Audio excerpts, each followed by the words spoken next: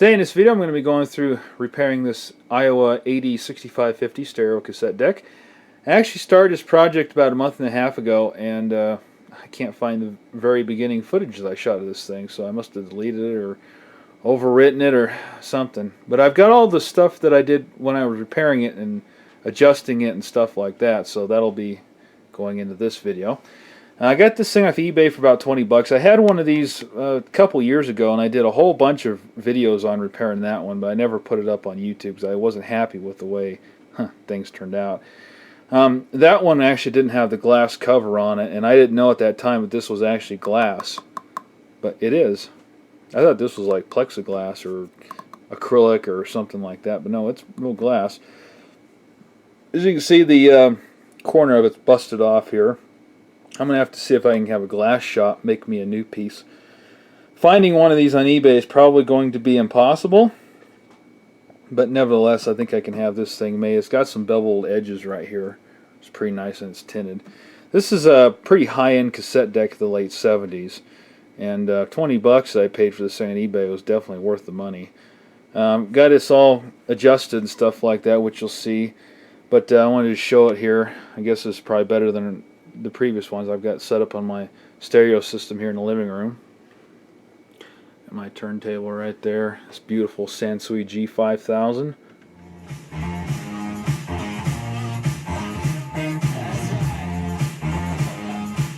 I have no idea what the heck that station is playing right now, but that's alright.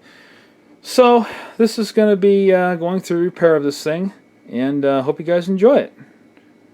Alright, so it's been about a month since I last filmed anything on this cassette deck.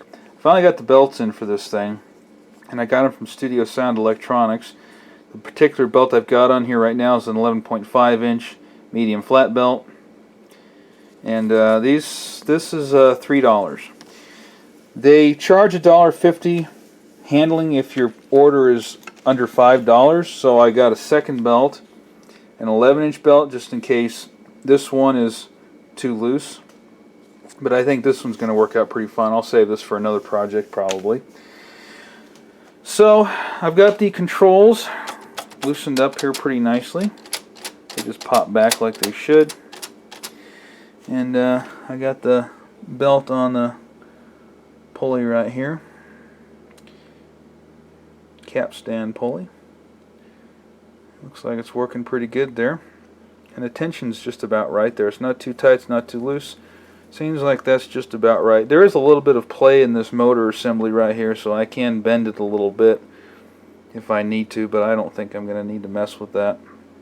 So let's plug this thing in and see if it will play a tape. Put this in the right way. And it's already spinning there. Let me see here. It's trying to do something here. Okay, the counter's not spinning right here for some reason. This thing must think it's in play. Okay, let's see here. What is going on with this thing?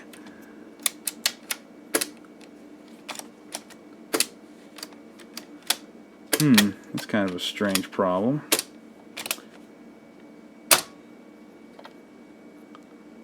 Okay.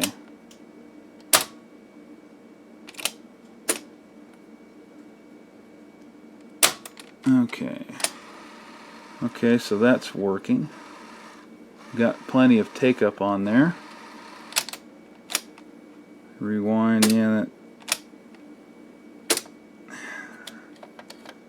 I don't know if the belt's slipping or if it's see,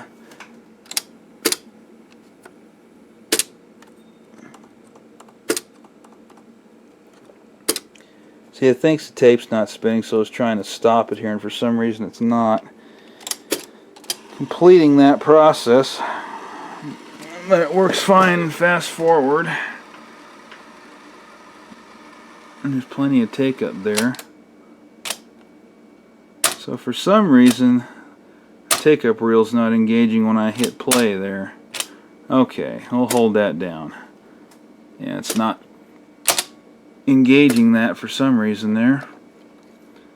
So I'm gonna have to look into that problem and see what the heck's going on. It's probably, why is it doing that? Something must still be stuck in this thing.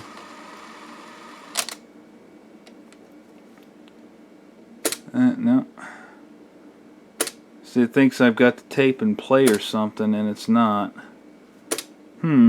Well, time to look a little bit more into this mechanism and see what the heck's jammed up in it, because something's got to be jammed up. It's gummed up something here. Well, as it turns out, a good thump against the desk fixed it here. Now it's working. I got some take up on that.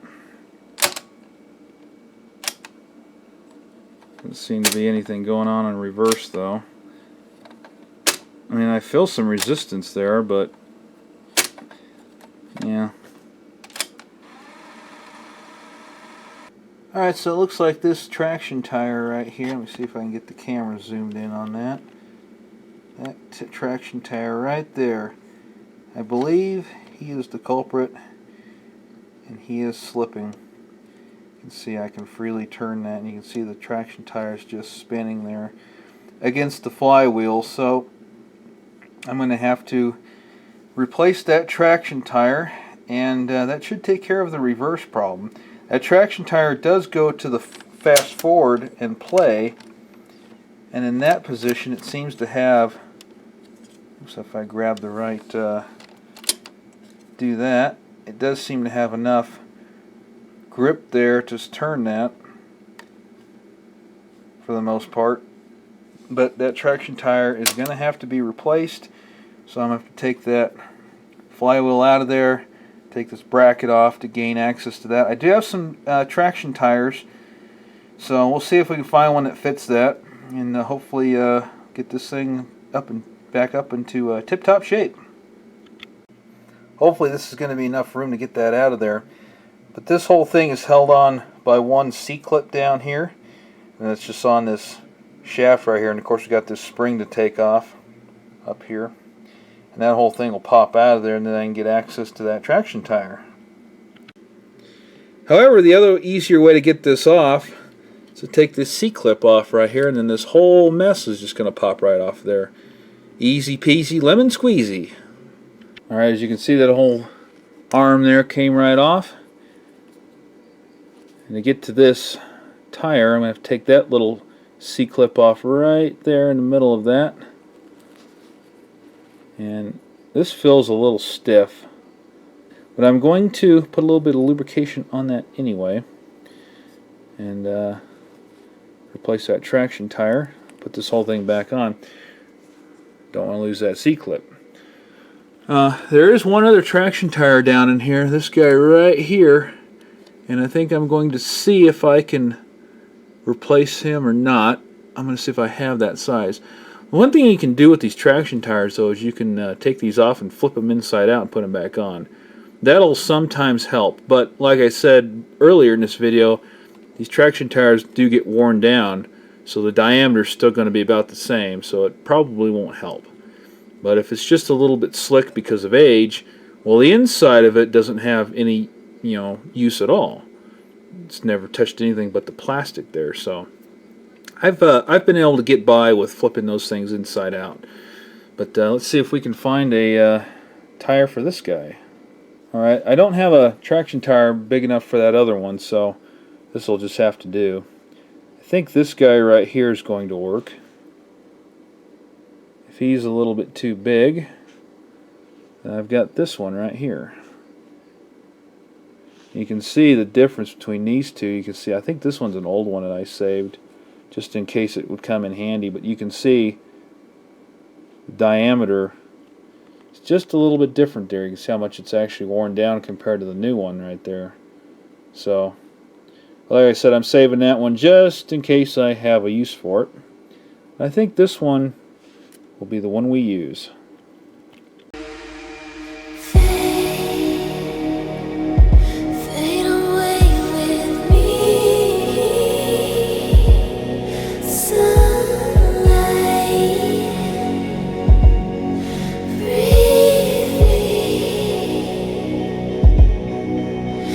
Hear the shots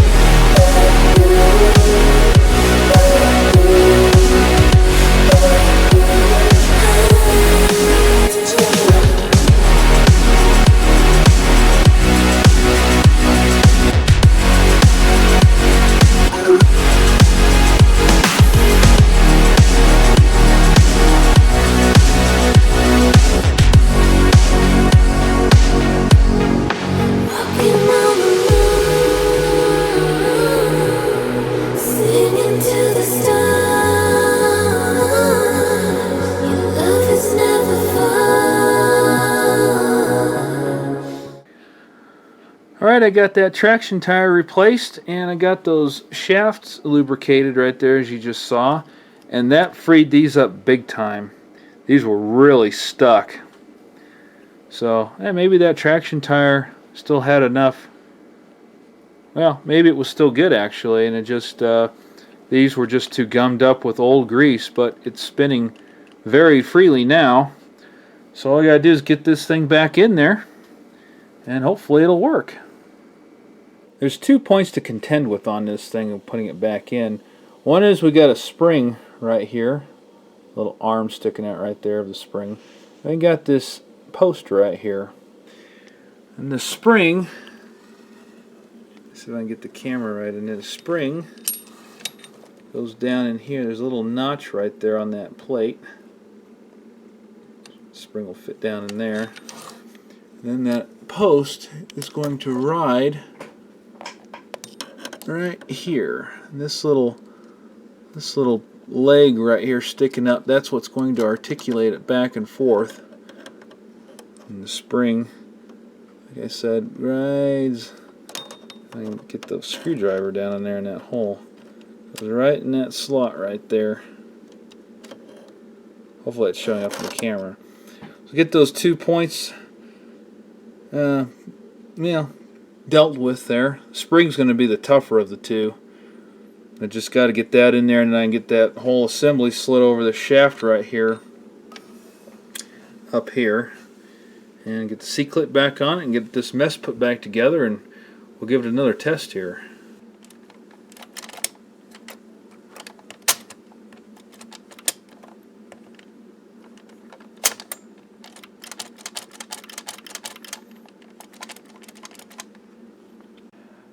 Alright, I should have done this while I had that traction tire, that whole assembly out of here. But it's spinning right now, but I'm going to have to take it back out because it's not applying quite enough pressure to the traction tire to press it up against the flywheel down here where it meets there. There's not quite enough pressure. Let me put this in rewind and I'll show you here. I can hold it down and I can get it to go, but it'll slow down if I let it up on it a little bit. So it's just not quite enough pressure there being applied. And that little spring tensioned arm, whatever you want to call it there, that little spring piece that sticks out there, is what applies the pressure of the traction tire to the pulley down here, to the flywheel down here, I guess. So I'm going to have to bend that a little bit so it'll apply more pressure, because the reverse lever down here, that little arm that I showed you earlier, that little spring fits into, that actually presses that spring upward and then moves this over so it contacts the flywheel down here. That's what applies all the pressure. So I'm going to have to bend that a little bit so I can get some more pressure applied, and that should take care of this little problem right here. If I hold it down all the way, it works fine, but if I let up on it to where its resting position normally would be, it just barely has enough to spin it. You can even hear the speed change of it too.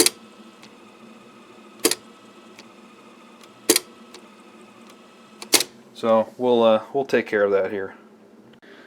Alright, so that little thing rides about right in here on the spring in this section. So all I'm going to do is just take this thing and bend it down a little bit here. And it's spring tension, so it's going to pop back up. There we go. That might be enough. There. Let's give that a try. Well, I think that's got it fixed there, folks. It's just enough tension now to make that thing spin fully there. Alright. Oh yeah, that's nice and tight. That one's good enough. Counter's working as it should be. Yeah, I think it's time for a sound test. See if I've got to adjust this motor for speed. Alright, so I just finished adjusting the head here, and I'm going to give you a sample of before and after. The head screws down here to adjust it were glued by the factory. Some, I don't know, it's kind of a rubbery glue, but they were locked in pretty tight.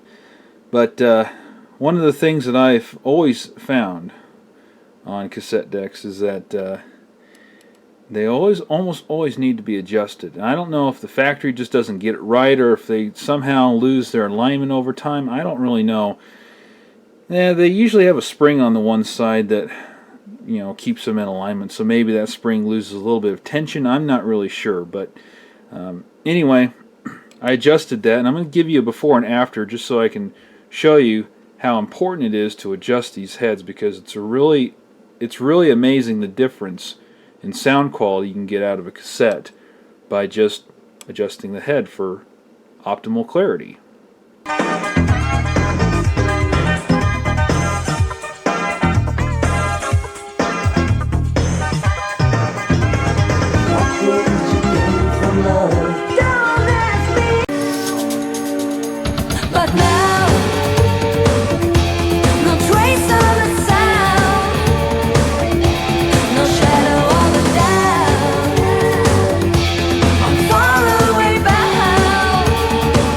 So I ran into another little problem.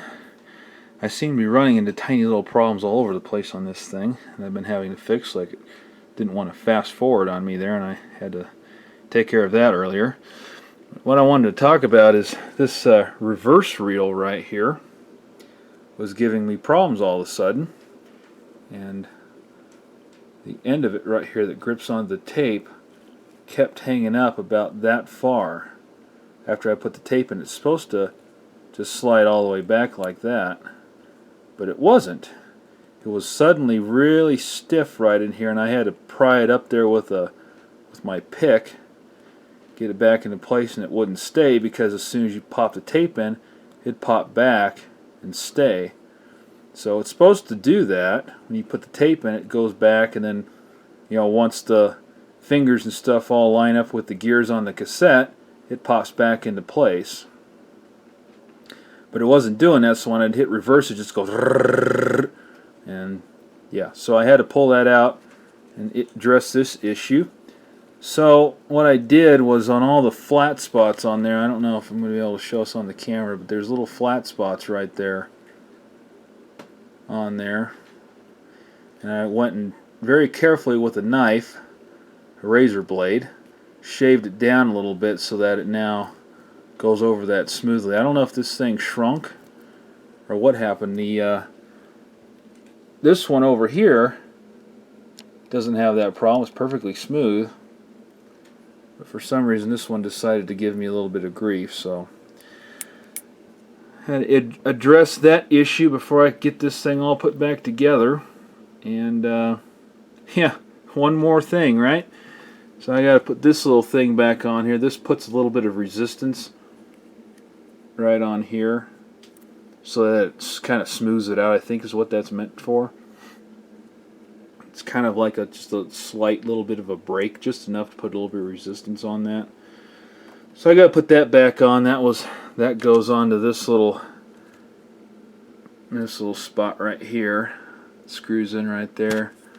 This goes in here, and then there's this counterweight on the back that rotates. There's a little screw that holds it in place.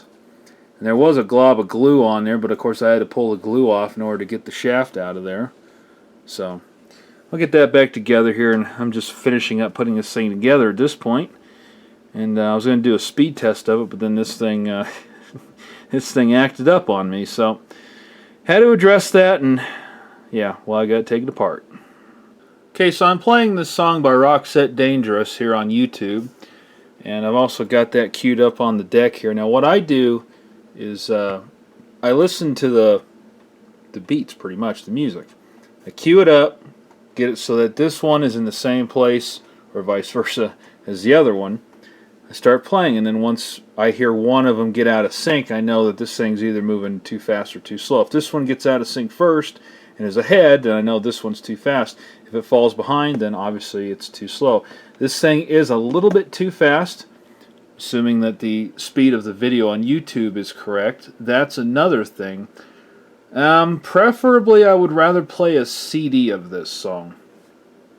I don't know. I think I'll just adjust it to the YouTube version of this right now. I'm going to assume that it's the right speed. I don't know. But either way, yeah, MP3 would work. CD player, CD I think would be the best. That's what I used to use more often, but I figured I'd try playing it off of YouTube here. And it does sound like this is a little bit fast. You could do it off an LP too, but that'd be a little bit harder to cue up. But that's what I do. I just cue it up and try to, if this one's a little bit ahead when I start, I just, well, let's put it this way. If this one's ahead, which is easier than this one, then what I do is just hit the pause a few times there until this one is pretty much right in line, and I listen to it, and whichever one gets ahead, it's that's the way we do it. This one's running a little bit too fast, so I'm going to adjust the speed, slow it down just a little bit, which is this hole right here. On the other side of it is a voltage regulator, similar to these down here. It's on that board down in there. It's kind of, can't really see it. So I'm going to, I already shot these with contact cleaner, and that is one thing you want to do, is these things get dirty just like pots and switches on a stereo receiver.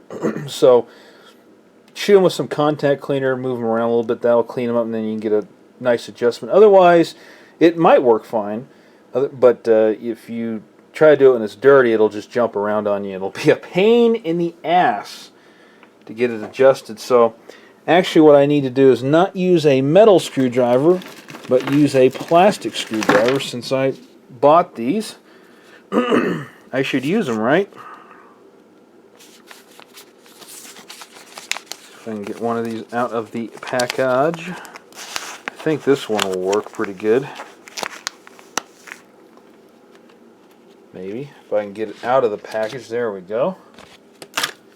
Alright, so let's see if we can shove him in the hole here. Oh, he's just a little bit too big. And that's what she said, right?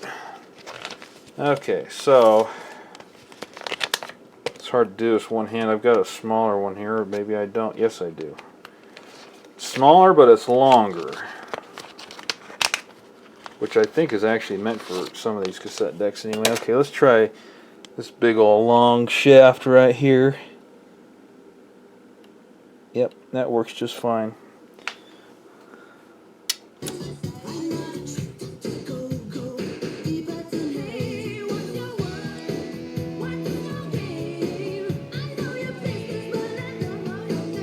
Alright, let's see how that sounds.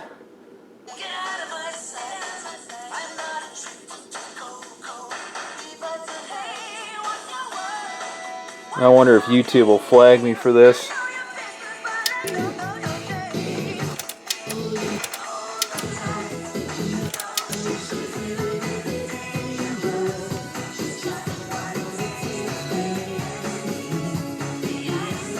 Alright, I think the deck is actually a little bit behind now.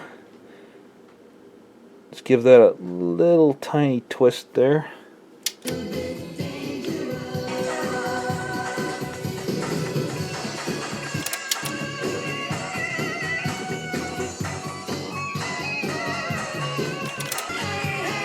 Let's see if this is good or not. Sometimes you gotta listen to it for a while. Sounds like the deck is a little bit fast. So let's just give it a little tiny bit there. Yep, it's in perfect alignment. It's a matter of getting them queued up, but yeah. Let's just have a listen to the cell phone. I'll have a listen to the tape deck itself. Try to mix them both together here.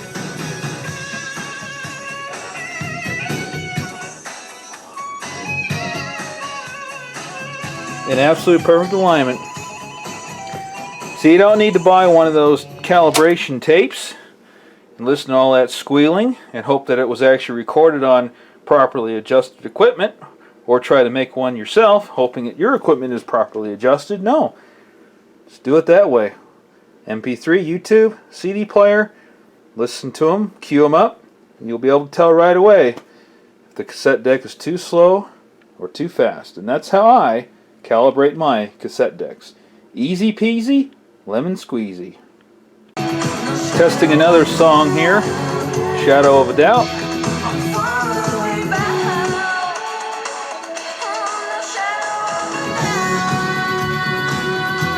Go ahead and mix them again here.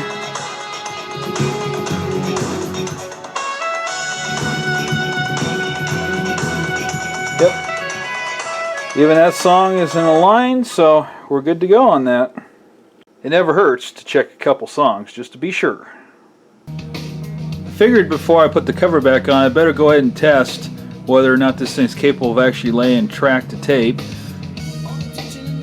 Things are spinning. Meters are metering. The light is on. I'm recording some Limp Bizkit here off the cell phone from my server. Take a look around.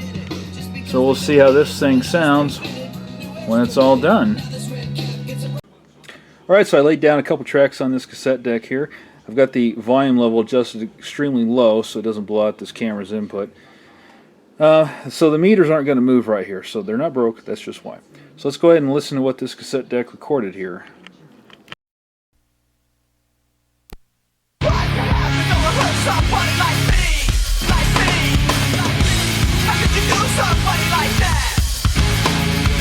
Maybe I could use some help, but hell, if you want something done right, you just do it yourself. Got it? Maybe life is up and down, but I used to be alive, so pathetic, but now I get it. What's done is done. I know you just leave it alone. You don't regret it for some.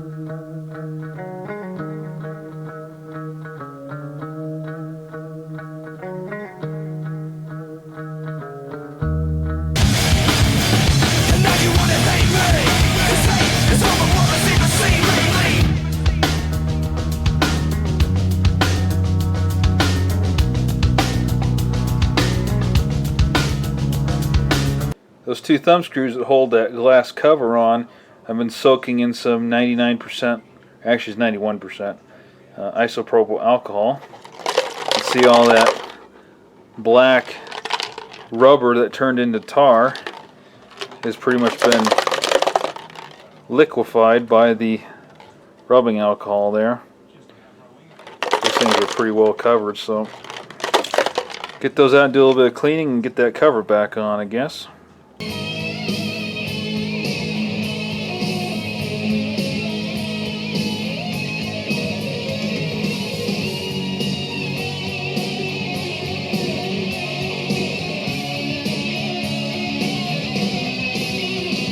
Yeah, leave it off a little bit of Night Ranger there. I got this thing put back together. Obviously I still need to replace that glass. I'm assuming a glass shop can make me one of those. It does have some beveled edges. The top right here is beveled and the corners are kind of beveled a little bit too. So you don't cut yourself, I guess. But yeah, it's made a fine recovery. There's really absolutely nothing wrong with the faceplate on this thing. It's in great shape. The sides are in pretty good shape. This one's got a little bit of a scrape on it, but not anything terribly major. This side's pretty good, actually. Yeah, this thing actually came from Goodwill. There's a lot of Goodwill stores that are selling on eBay now, and that's where this thing came from. I don't remember exactly which Goodwill it was now. It's been a few months since I bought this, but yeah, it's a really nice deck. I really like these things. This is a very good model that Aiwa made, and it's one of my favorite cassette decks of the late 70s there. Mainly because it goes, I think, better with the Pioneer receivers in terms of looks than Pioneer's cassette decks. The F9191 is a very impressive cassette deck, but I think it's kind of ugly. I don't know. But I know it sounds incredible. It's a very high-end deck. Maybe one of these days I'll get one of those, but this was really the deck I wanted to get back to go with that Pioneer right there. So yeah, I think it's definitely on one of my probably my top 5 favorite decks, probably of the late 70s. The 6800, which I have on my Kenwood system, That's a 3-head. It's got a different loading mechanism than this does. That's a beast. That thing is heavy. There's a lot going on inside of it, but it is an incredible deck as well. This has basically the same features as that one does. I think it's missing a couple. There's like 1 or 2 extra bias adjustments on that deck, I think, than this one has. But other than that, it's pretty much the same as far as features go. So anyway, this has been a long video. This took about a month and a half or so to complete, and I'm glad it's done. So thank you very much for watching, everyone, and see you again right here on the Wayback Tech channel. Peace out, everyone.